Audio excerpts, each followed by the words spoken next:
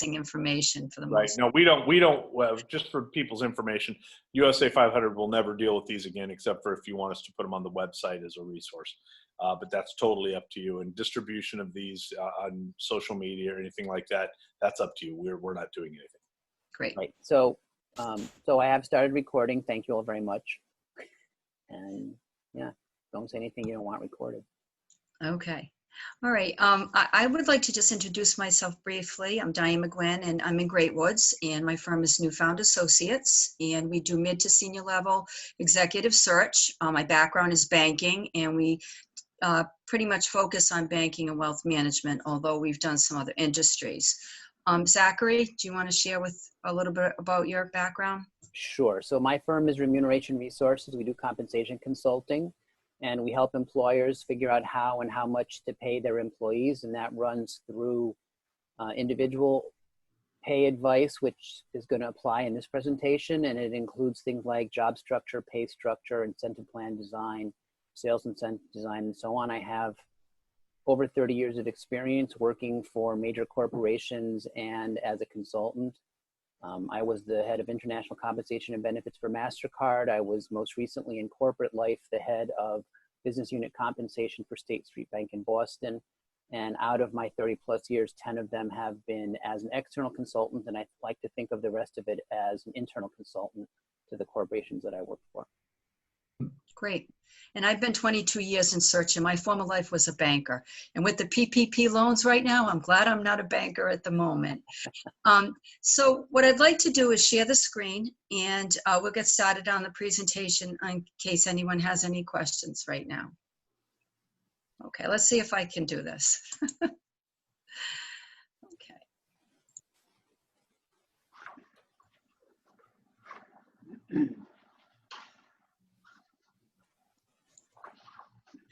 Okay, everybody has a full screen, correct? Yes.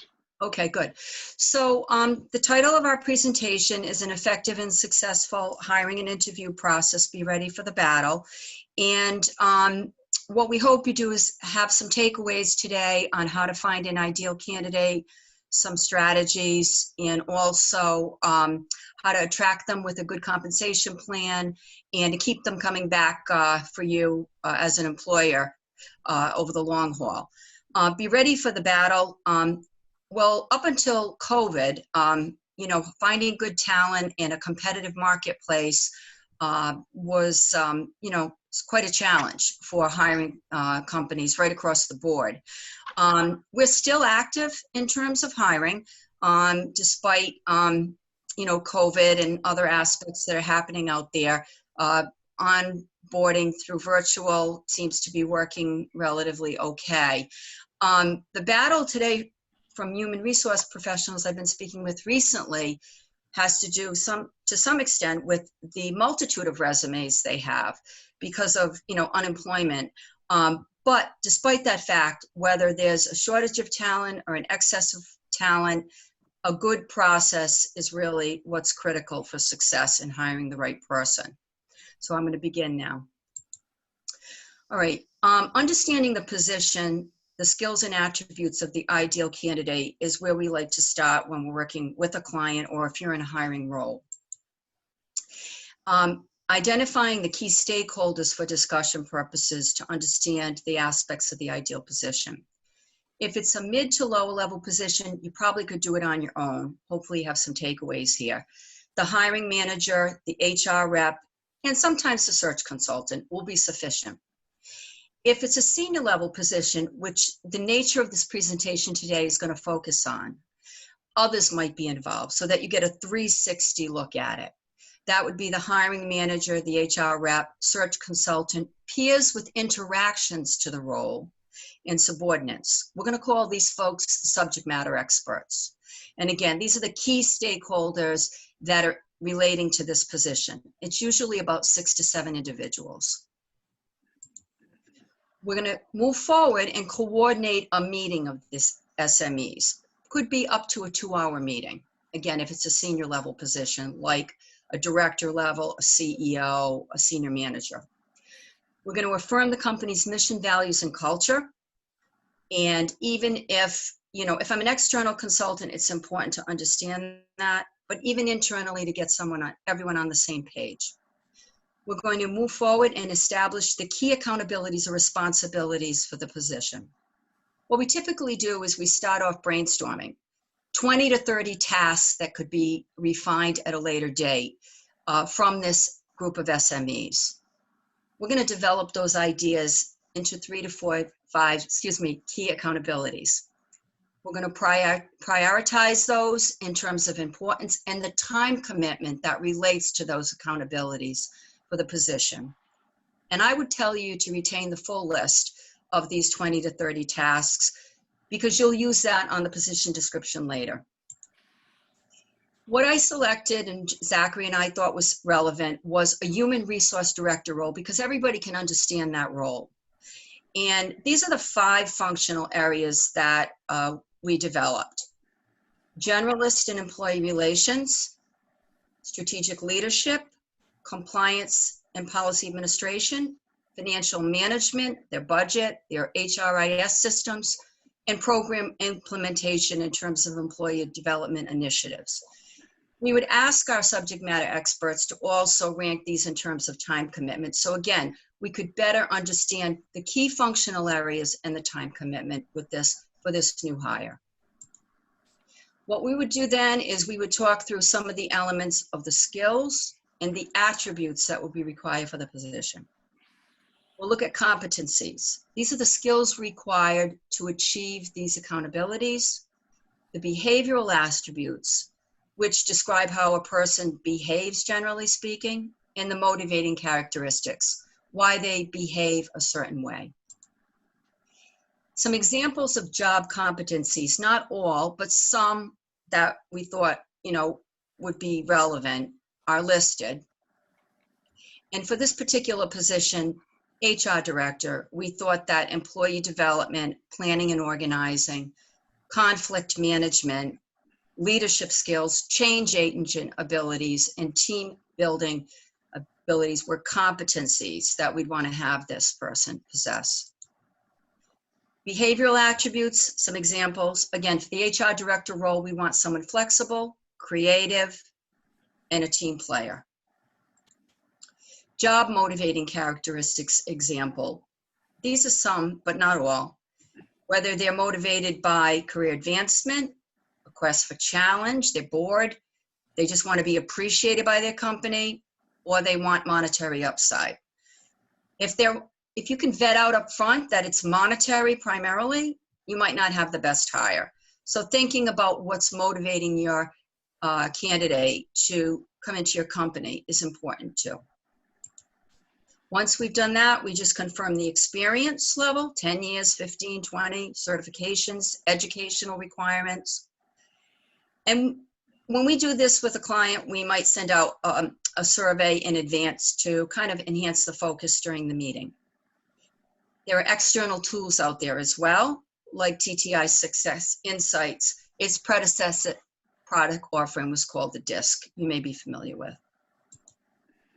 Once we understand from our stakeholders who the ideal candidate is for this senior level role, we need to create a position description.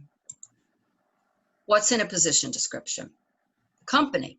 Describe what your company does, why you're set apart from your competition, your location, years of service, a brief mission statement of values of your company. Position summary. Here you're going to state a broad statement about the function, the responsibilities, the reporting structure, and using enticing language so the person has an interest in joining your company. Accountabilities we discussed, 3 to 5. Job responsibilities, skills and qualification, years of experience, other attributes. We want a team player. We want a visionary. We want someone that has a sense of humor, and behavioral and motivational. Here's an example of a. Hey, how are you? Okay, just give me 1 second. I just gotta mute myself here. Okay. Did I wait? I should wait a minute. Somebody just joined us.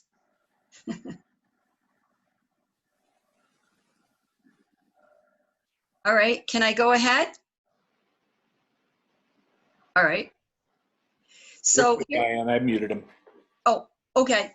So this is an example, collaborating all the elements that I previously discussed. It's a human resource director role.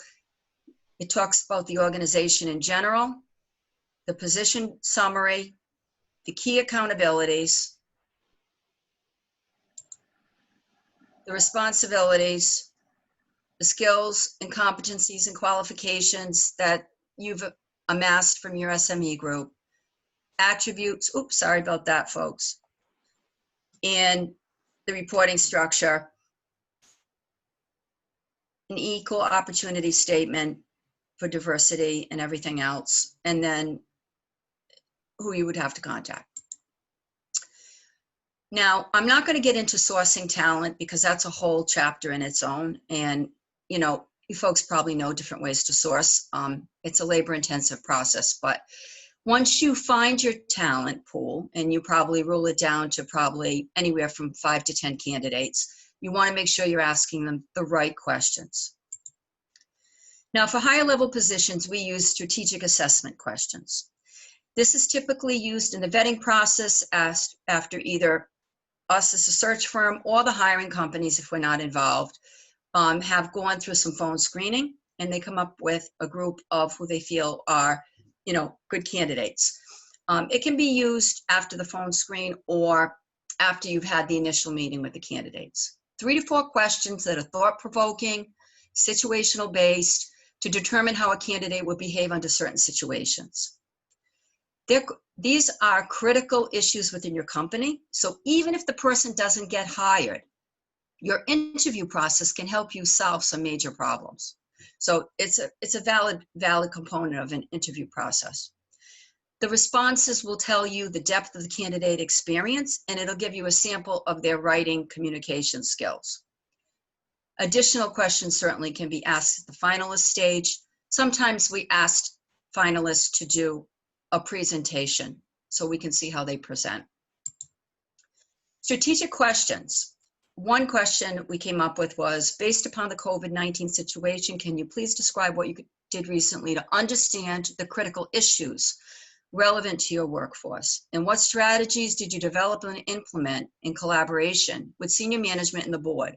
How do you see the plan of action evolving as we go forward in this changing environment?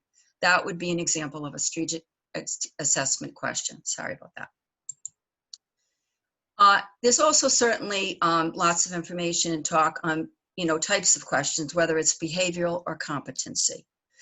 Behavioral-based questions are open-ended questions that focus on how a candidate will handle a work situation, rather than just a rote example. What are your strengths and weaknesses, and those types of things. An example. Can you provide an example of time you faced a conflict between 2 hiring managers that had to work collaboratively? How did you take care of that? Describe a time that you make an important decision that did not work out, and what would you have done differently? Competency-based questions are technically oriented, and they need these to perform the job. What is the project you are most proud of, and how did you contribute? What do you think are the most important skills required for success as an HR director? And at what point in your career did you learn these skills? What do you do next? Well, you've identified the key stakeholders. You've written a good position description. You've asked some very good strategic questions. Now you need to construct a good offer. And that's based on your compensation, to get them in the door and then to keep them coming back. I'm going to turn it over to Zachary now so he can explain to you some elements about effective communication plans, compensation plans. All right, so perfect. Let me start sharing here.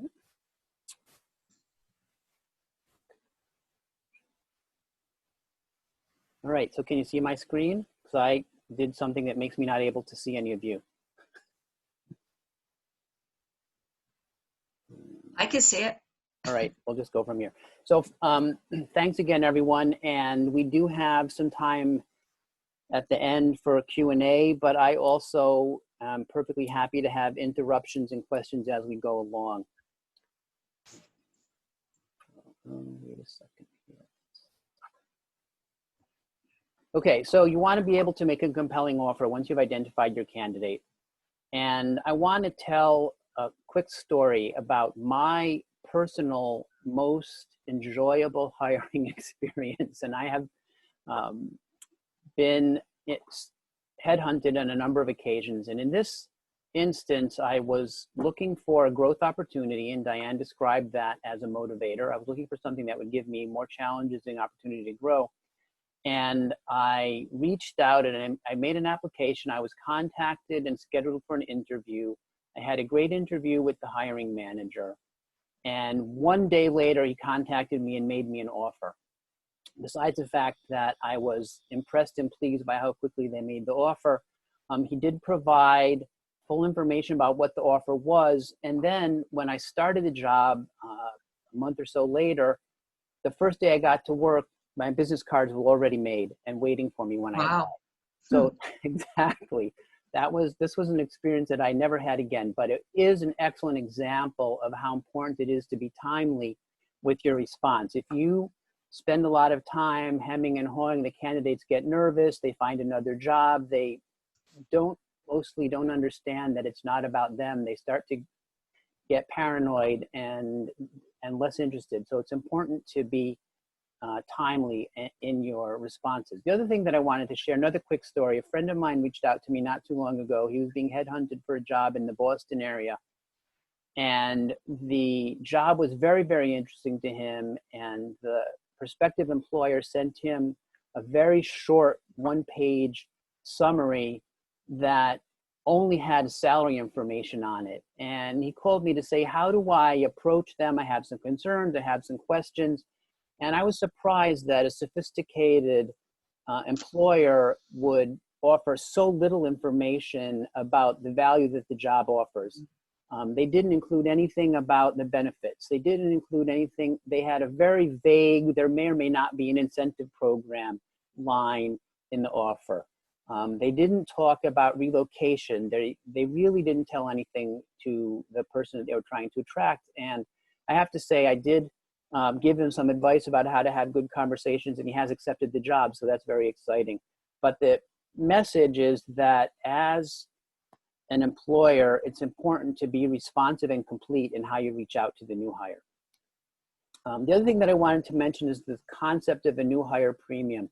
And we're hearing all kinds of interesting things in this time of COVID about the hiring process. But one of the things that was interesting to me, listening to a presentation the other day about unemployment applications, is that the professionals that we're mostly talking about hiring are not filing for unemployment. They are finding or retaining their jobs. So the new hire premium is generally 10 to 15%, and that's what it takes to get somebody to give up a job that they're in, even if they're motivated to leave, because often people prefer the devil they know to the devil they don't know. So in order to get them to come and know that new devil, you have to offer them some kind of a premium, which typically is 10 to 15%. And in another slide, there's a challenge associated with figuring out what the appropriate new hire premium is. And I will discuss it briefly. The other thing that I wanted to just kind of highlight is the idea that compensation is a mix. It includes base pay, it includes incentives, it includes employee benefits, and you should discuss all of those because they're all part of the value offered. What is not here and should be considered or thought of as well, particularly when you're communicating with employees, are those non-pecuniary or non-economic benefits, that it's a good company to work for, that it's a brand that people recognize, that it's an organization that has been identified as an employer of preference, and so on. So you want to be able to make sure that your candidates and prospects are aware of that as part of the value proposition to come and join the new employer. Okay, so fair and competitive pay. You want to be both fair and competitive. And typically we think about fair as being fair relative to other people in the company doing similar or comparable jobs, and competitive as being within a range that is competitive in the marketplace. It's based on what's happening in the market. You also want to consider the person's experience and their current role in determining what the starting pay is. But the interesting challenge is that in many jurisdictions, and Massachusetts is one of them, you can no longer ask the prospect what their current pay level is. No, you can't. You can ask them what are they looking for, and that's probably as close as you can get, but you have to be very careful not to ask them what they're currently making. And frankly, Yep. I think that's a good change. So do I. Because if you, thank you, Diane, if you Yep. base an offer on what somebody's making, you may not be fair and competitive. You might be able to say, oh, well, they're making $1 now, so I'm going to offer them $1.20. That's a good increase. They're going to come on over. But if fair and competitive pay for that particular job is $2, you really should be paying them $2. So that's important to consider. The other thing that comes into play here is we're talking about using these kinds of things that we need to touch on and think about with regard to periodic increases as well, not just when you're hiring somebody, but if you're giving somebody a promotion or you are giving somebody an annual or merit-based increase, you'll want to consider what's fair and what's competitive. Just again, as a broad guideline, a competitive range, and it varies as you go higher or lower in the skill level required, is typically plus or minus 20 or 25% from the median of market behavior. And that's where some compensation or access to market information becomes important, and understanding what the market for a given job is also important. Yeah. All right, so I want to just talk a little bit about incentives and motivation, and so you're thinking about all the different pieces, and then we'll jump right into the Q&A. First of all, we can divide incentives in a couple of different ways. I think it's important to emphasize that these things support behaviors, they don't cause them. So when we talk about incentive plans motivating behavior, they support those behaviors, but it's good management and the internal things that motivate people that are also important in getting the behaviors that you want. Management incentives are generally divided into two broad categories: short-term incentives, which are incentives that are based on performance or behavior over a period of less than a year, and long-term incentives, which are for periods longer than a year. Long-term incentives typically include equity, and for companies that aren't publicly traded or don't have equity that can be easily valued, cash is also often used in long-term incentives. Other areas of long-term incentives include deferred compensation and supplemental retirement plan contributions. So there's a lot of ways to think about long-term incentives. Short-term incentives, on the other hand, we think of as bonuses. And a bonus can be based on reaching performance targets. It could be based on profit sharing. It could be based on a lot of different things. And sales incentive plans generally are short-term incentives based on sales performance. And they also have a lot of variety in how sales incentive plans can be designed. They could be commissions. The commissions are based on a percentage of sales or a fixed dollar amount per sale, or they could be target based and more like a more traditional bonus. If you accomplish certain things in your job, you get a particular bonus, and those for a sales force can be sales-based objectives. Okay, two other quick comments about management and sales incentives. Often there's a fair amount of discretion that is applied in the incentive environment, and you need some amount of discretion. But I did a project I've done a number of these projects, but I'm thinking of one in particular for an organization where the head of the company came to me and he said, you know, our incentive plan needs a little bit of help, because at the end of every year, I take a look and see how much money I have left over, and then I kind of decide who I'm going to give some of it to for bonuses. And it's really not an effective approach, because my employees don't have any idea what to expect. They don't know what performance will earn them a bonus. And we really need to have a program where employees know what they're working for and what it is they have to do in order to earn that bonus. And that was a very valuable insight. And we were able to put together some recommendations that really left some discretion at the end of the year, because you never know exactly what's going to happen, or you may discover that somebody meets the objectives set out in the plan, but they do it in a way that is not as good as you would like, or they do it in a way that is underhanded or something like that. And you need to be able to have some flexibility in your final decision. The last point that I want to make about incentive plans is something that I learned early on when I was working for Blue Cross and Blue Shield of Connecticut. I was working closely with the sales organization in the design of a sales incentive plan. And the sales leadership came to me and said, well, we're selling these 5 major products, and each product has 2 or 3 subcategories. And in these geographies, we want to sell more of product A, and in those geographies, we want to sell more of product B.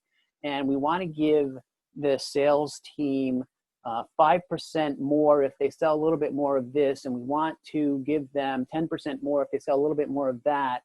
And you can kind of hear where I'm going. It got to be extraordinarily complicated. And one of the things that I learned through that experience is that all those bells and whistles are a bad idea.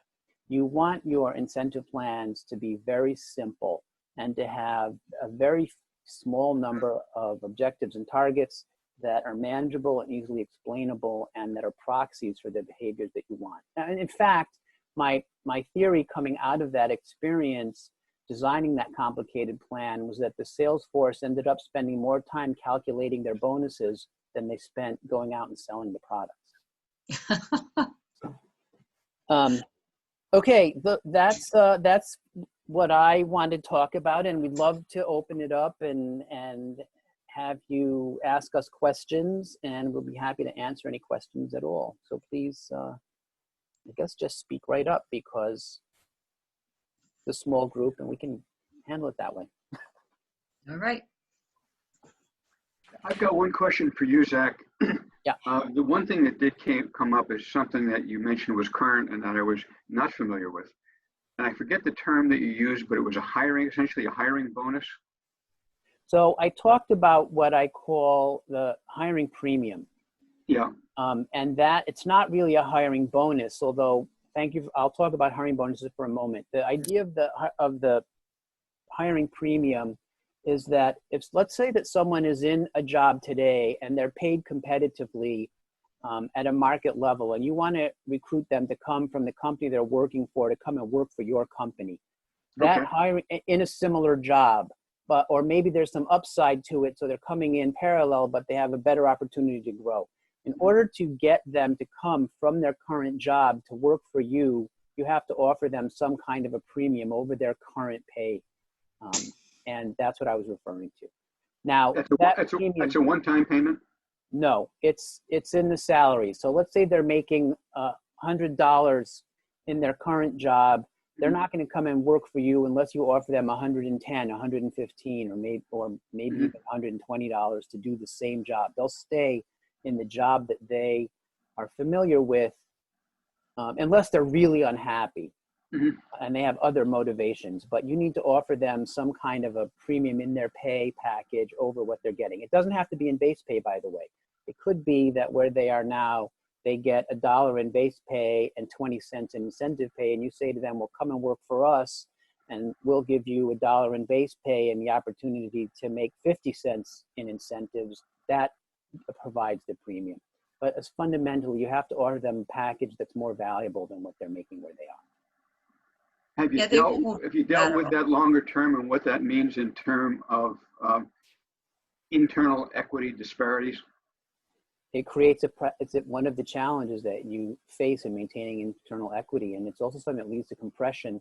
Compression is where people in lower jobs get close to people in higher jobs, and or more importantly, people with less experience who are new in a specific role are paid as much or more than people who have been with the company for a long time doing the same thing. Yeah. And it's because of those hiring premiums, they are a big part of why that happens. And there's fundamentally no escape, because people won't come for the same package for the most part. I have a related question to that. So, millennials like to share their salary information. Yep. And that makes what you just were discussing even more of a challenge if you just hired someone who's new and they're talking to someone who's been there 2 years and they're making more than that person. How do you handle that? So I am a big fan of as much transparency as you and your organization can handle. Many organizations can't handle a lot of transparency, but I would encourage moving in that general direction. Matt, I think the answer to your question is that you have to explain the situation and why it is that way. And you need to be thoughtful about these kinds of things, because needless to say, you can't increase everybody that's already there every time you hire somebody new. That would be unsustainable. And I think that part of the answer is to say, well, we've structured this in a way that we're competitive. This is our competitive range. Our challenge with bringing new people in. If everybody continues to do well, everybody will continue to grow. And just say, it's the new higher premium. We would never get the new people that we need if we didn't pay a little bit more. And that's why they're paid similar to you. And the other part of it, though, is you can say, yes, that's true. They are new to the company, but they're not new to the kind of work that they're doing. They have similar, it's going to be very situational based on the exact facts and circumstances. The other part of it is to say that's what the market demands. And I have to admit that I have had to say to people, well, if you think that you can get paid more somewhere else, we'll be very sad to see you leave. But if that's what you feel you have to do, that's what you have to do. And more often than not, it doesn't come to that. And you say that, but the person stays because they realize that they can't do better somewhere else, or that they would be more happy somewhere else. And then I was wondering what your thoughts are, because you mentioned equity for, senior management. A lot of my clients are, I'll say small, medium firms, let's say 5 to 20 million. They're closely held by maybe 1 or 2 owners. I've always told owners that, offering equity to an employee, even a senior, a very key person, is totally useless in my experience, because unless they're funded by VCs or have some exit strategy in the near future, the person wants the stock badly, but as soon as they get it, they don't value it because there's no place they can go to see what it's worth. And what are they going to do with it? Unless they're paying dividends, there's no ongoing value to that employee. Right. And then you're tied in, and if I can interject on that too, Zach. Not only that, then what you've done is you've also given yourself a new partner that is a pain in the butt. Right. And that's a whole other different. No, but there is a good way to address that, and that's through what's popularly called phantom equity. You give someone a unit of value that tracks the value of the company. So you say, and it's cash, but you say to them, look, I still own it 100%, but we've said this is what the company's worth. The company's worth $1,000, and we've created 1,000 units of phantom equity. And when the company is worth $2,000, your one unit is now worth $2. And we'll pay that to you in cash, not in dividends. Okay, Zach, and coming from, and I don't know how, I'm sure it's success fees. Almost everybody on here is based on a success fee, but the one I'm most familiar with would be probably Ken's model and my model, having come from the mortgage industry, is success fee based on a number of transactions. And when you're hiring people that are producers, your finders, if you will. Yeah. I've always found that, and I'm actually participating in this as USA 500, not as Joe is curious about. I'm here. So it's not about Lauren, it's not about Jen or anything like that. But having hired many, many salespeople over the years, I always found that I overpaid on the base compensation, and have always provided a generous commission schedule, which for the type of people I was hiring, which are producers, made more sense. Everybody on here, and I say Ken because he has his own business too, but on the insurance side, you're paid for what you get. You eat what you kill, right? So to speak. And I've always found truly successful producers Mhm. aren't even looking for a base salary. And I No, know they're in the not. insurance industry, they don't give a base salary at all. You come in and So, right. So I talked about the components, but I didn't talk about the mix. The mix is what proportion of the compensation is base pay, what proportion is incentives. And it can vary a lot. And it will depend on, for salespeople, it will depend on the type of sale.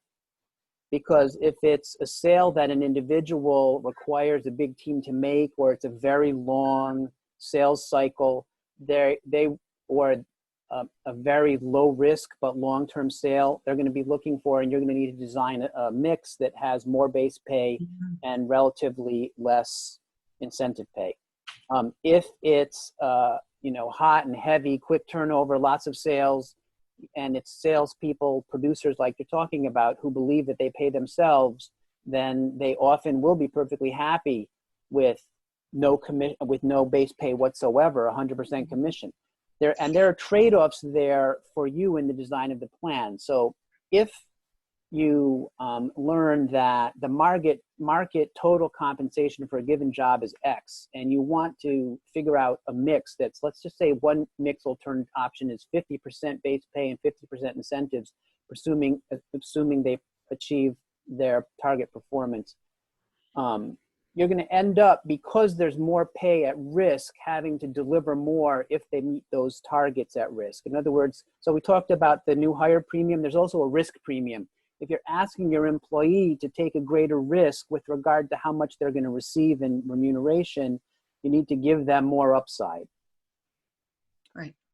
And so if you're going to go to a situation where you offer a very high level of incentive, and yes, that is common with producers because they are often more driven by money, not by the money for its value, but by the money as a measure of success. If I make more money, I'm more successful. It's not that they need the extra dollar, it's that they need the value of the extra dollar to spend it. It's that they need the recognition of the extra dollar as a measure of achievement.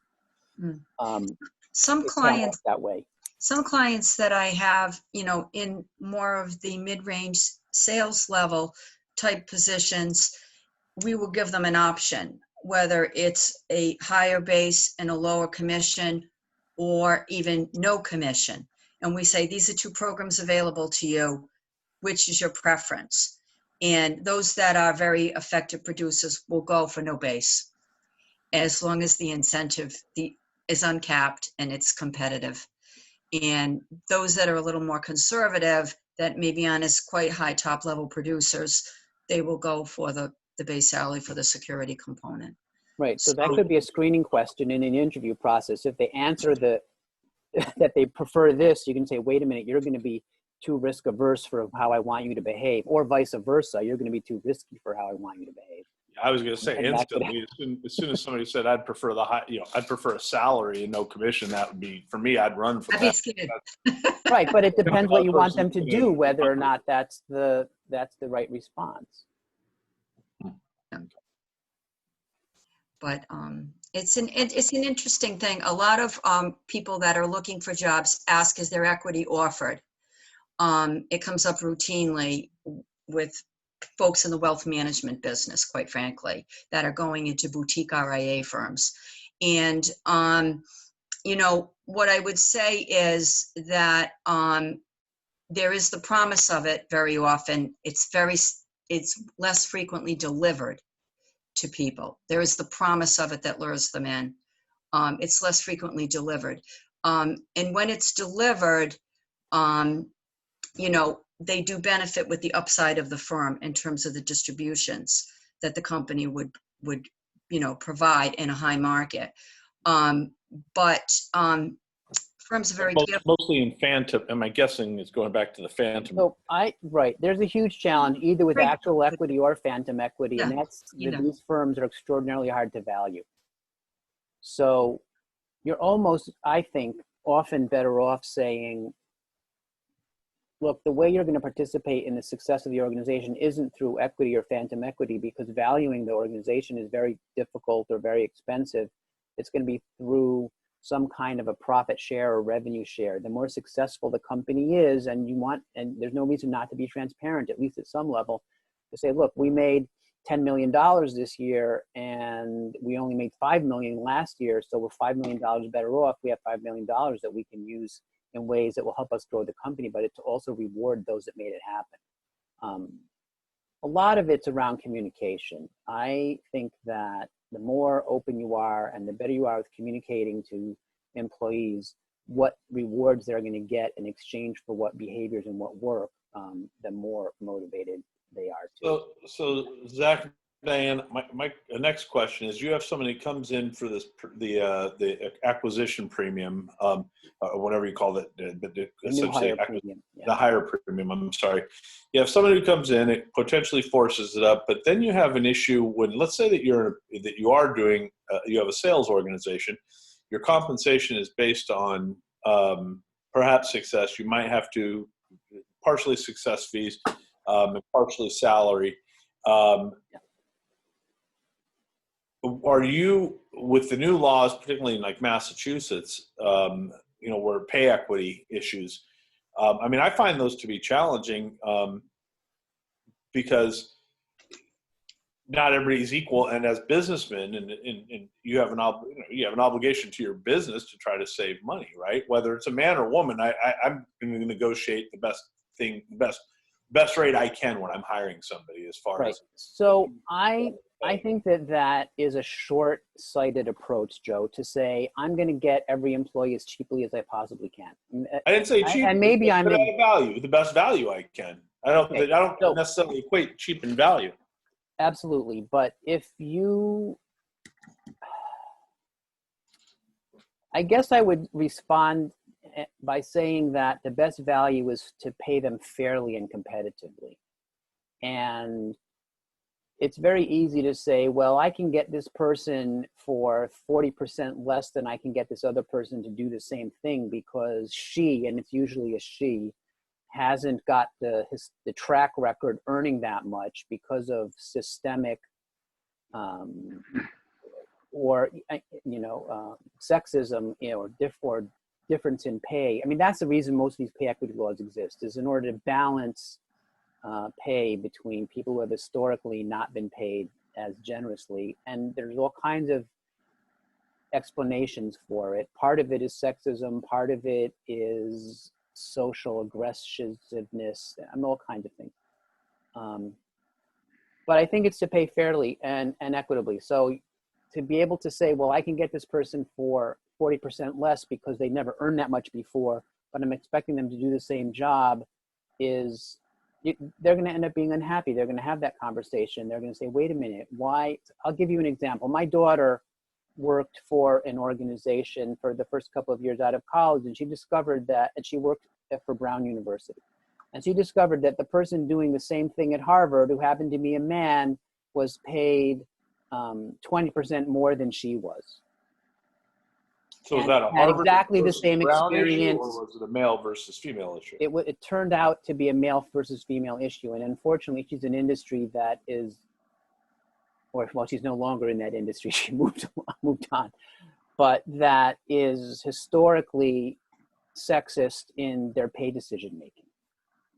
It would probably be difficult to prove it, but when they say things to you like, they say things to you that make you feel, and my wife has had a similar experience in the course of her career. In fact, she even did have an employer say to her once, well, but he has to support his family. That's why he made more than you do in this. That's terrible.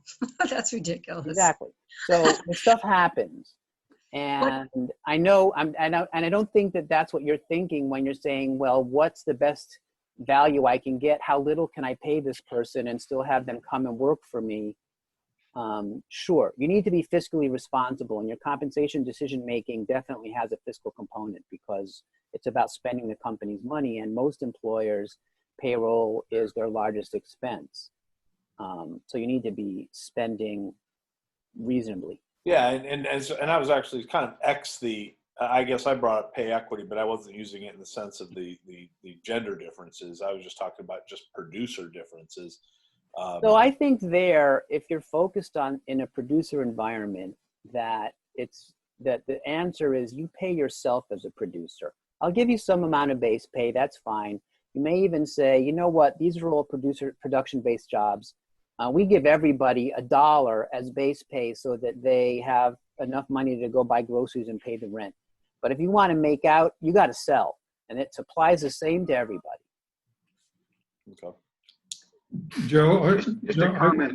when we consult with our owners, I always tell them that it's cheaper to hire an A-level player, even if they're 20 or 30% more expensive, because they're going to do 3 to 4 times more than a B or C player. Absolutely. Oh, I agree with that. I That's true. completely Now, agree with that. the issue is there's finding, empirical finding evidence. the A-level players, but But No, that's I where Diane comes in. She'll help you Reward- find I- the A-level player. I've always believed in generous rewards for producers. Hmm. But but the problem is, and Zach brought it up or Diane brought it up, I forgot who, but nowadays even producers are expecting some. I never in my life worked for, and since 1993, I haven't had a salary. Everything I've ever done is based on my own production, so to speak. So I'm a big believer in, if you ask me, you're making a lot less money if you take any salary. You make more money by being a 100% producer. Well, it depends what you do, though. If you're, And if the formula's right. The sales role, if it's a sales producer, role. that's what I'm saying, producer. Yeah. And I the only reason, because I just don't know the way everybody else is compensated, but I know Ken's model, not his specific one, but I know the insurance industry model is, insurance guys can make a ton of money, but they need to produce. They need to be hustling, but a successful insurance guy is worth his weight in gold. Any producer is worth their weight in gold in that extra premium you're talking about, Matt. But are they asking for it? And maybe Ken can answer this. Ken, are people that you're hiring, are they asking? And this is all devil's advocate and just curiosity. Are they asking for base salaries now? I have a small organization, so I'll back up a little bit and say I joined the call today because I'm planning to hire my first entry-level person. All of my hiring over the years so far has been people that I've known. Like, oh, this is a highly competent person. He or she should come work with me. One time I asked a guy who wanted a job from me, who was an analyst, what's the minimum amount that you need to survive? And because I wasn't quite ready to hire somebody yet. He told me, so a month later I offered him that exact amount of money and said, and I'll give you, some good upside. Right. The one producer that I have working for me who's making a shift from being in an agency system where he was working with one company and he was, a traditional old line mutual company. He was at New York Life. And they tend to have a very different market than I do. They tend to have the life insurance business that everybody sort of understands and knows, and probably tries to avoid the calls from. And he wasn't, he was fledgling and making roughly 60 grand a year. Knowing what compensation is like in general, I knew that probably created a lot of stress on him. I said, why don't I give you a draw of 60 grand? Since there are times he's got to figure out how he can pay the rent and monthly expenses. And then we'll have, your upside. If you're doing well, you're going to make way more than that over time. It's taken a little bit longer than he had hoped and thought. I figured it would take 3 years in my business to start getting good referrals on a regular basis. And so I've asked him more than once if he wanted to have more salary. And in doing so, would make me more comfortable giving him assignments that weren't tied directly to revenue opportunities. Right. And he said, no, Right. I don't want to be Mike, who's the analyst. Interesting. He wants the pressure, and What's the client guy? he wants to be producing, even though it's taking a long time. And even though now we have this new obstacle of us all being shut-ins. And so, that's kind of what I was thinking. And Well, yeah, he wouldn't, in other words, he wouldn't allow me to pay him $100,000 right now. and have it be just to restructure because he wants to make $250,000. The So you- upside, he's attracted to the upside. But Yeah, you can, I do appreciate that. And that, by the way, gives me the freedom financially to go back to my original plan, which was to make my first entry-level hire. And so I think I'm going to hire an analyst straight out of college, probably a finance degree. And then I was wondering, Diane, maybe you know, what has hiring for college graduates been like in this spring?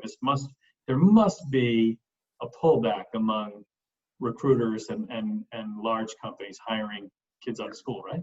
I have to jump to a 3:00 meeting. We have another meeting that we jump into, but you guys can stay on here. That's fine. I just have to Hi, jump. Joe. So Joe, thank you very much. Thank you. Finish up. Thank you, Joe. Super informative. Thank you. Thank you, Joe. I'm gonna make you host, Zach, so it doesn't close the meeting down. okay, thank you. So, Ken, go Ken, ahead. Oh, right, sorry. I would just say that, companies definitely pull back on hiring. I don't do really any entry-level positions, but just what I'm hearing. I think it's been harder for kids to find college grads or kids in college to find internships. But I mean, there is still hiring, if you're in accounting, if you're in the accounting profession, they're hiring accountants. And they're hiring, I would imagine, there's probably, financial analysts that are getting hired right now because, of the shifts in the assets in the market and things. So, there's definitely still hiring going on. I don't know if you were asking about the compensation relating to that level. No, I mean, I've got a vague idea Yeah. of, what is appropriate and what would be attractive. They're onboarding them virtually. Yeah, right. They're onboarding them virtually. I had a candidate, a senior level candidate, to join a wealth management firm, and his deal was set in like March, and he had a 60-day garden leave, so he couldn't go to another company for 60 days. And in the middle of this COVID hit and everything else, and so he wanted to make sure his company was still going to hire him because the asset value fell down and he was making pretty good money. Yeah. And my client, want to make sure that he was still going to come on board because his hiring company kept saying to him, don't leave now. It's not a good time to leave. So long and short, he showed up the first day that Mass opened up, met the owner of the company. They onboarded him with the office manager, and they all went home to work. Yeah. Right. So hiring is still happening, and I was pleased to know that if the deal still went through, because that was a search I worked on for 9 months. Yeah. So, Right. but it's still happening. There's still, not the volume of hiring, Ken, but there's still hiring going on. Yeah, I took a pause, not knowing what was going to happen. So part of me was hoping there would still be attractive candidates, and I think there will be. They're probably waiting on the sideline for you to call them. Yeah, right. Right. So, As a career coach, the kids out of college are having a really hard time, and the ones that are getting the internships are the ones that are just very tenacious and really have used their network and really have done all the applications and really reached out as soon as this happened because they knew that it would be difficult, or they had their internships revoked. There's certainly hiring going on. Some of my more senior clients, and I deal with clients that are executives, mid-level, and entry-level. And some of my more senior clients have been speaking with companies who now are more hesitant about putting them on as increasing the headcount. So several of my clients are now working for those same companies as consultants, hoping that when this all changes, the companies will be able to hire them on board as full-time employees.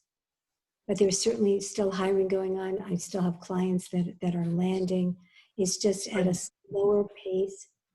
And I think what's so important is that for everyone who is looking to be proactive and to make sure that they're getting that resume set and their LinkedIn profile updated and doing everything that they can now, even in terms of remote networking and the groups to join, just like USA 500, finding the best groups to really get out there and network during this time.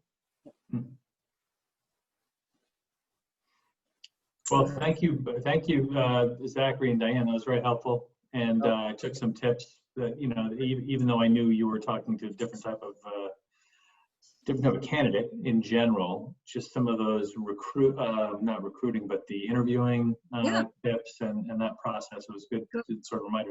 It's a long time since I've been through any of that myself, so I appreciate it. Good. Well, Ken and everyone. Sorry that I came in late on the end of the bandwagon, but I just, you know, from what I've heard, thank you so much. I did my interviewing process virtual, and I have to say I have hired a fabulous assistant through the Good. COVID-19. So I do want to just reassure you, it can be done. So it's definitely scary, and also scary hiring during financial uncertainty. Like, you know, what is the next 6 months going to be? And it really is very scary.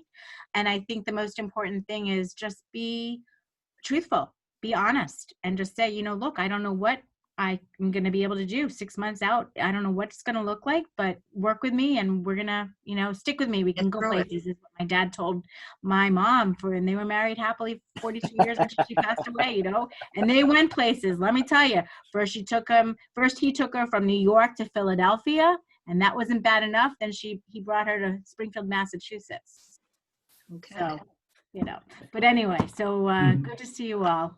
So thank you all very much. And needless Thank you. to say, if you have questions going forward, I know I would be happy to help you, and I feel confident speaking for Diane and saying just reach out. She'll be happy to help you answer Absolutely. questions going forward as well. All Hi, right. folks. Thanks, everyone. Have a great Bye. afternoon. Yep. Take care. Bye-bye. Bye, everyone. Hope to see everyone tomorrow. The diversity meeting for everyone. Did everyone hear about that Joe's Yes, putting Joe's together? been promoting it pretty extensively. Excellent. I have to read my emails. Yeah, All right, good. excellent. Okay. All right, guys. Bye, Have a all. great rest of the Bye-bye. day.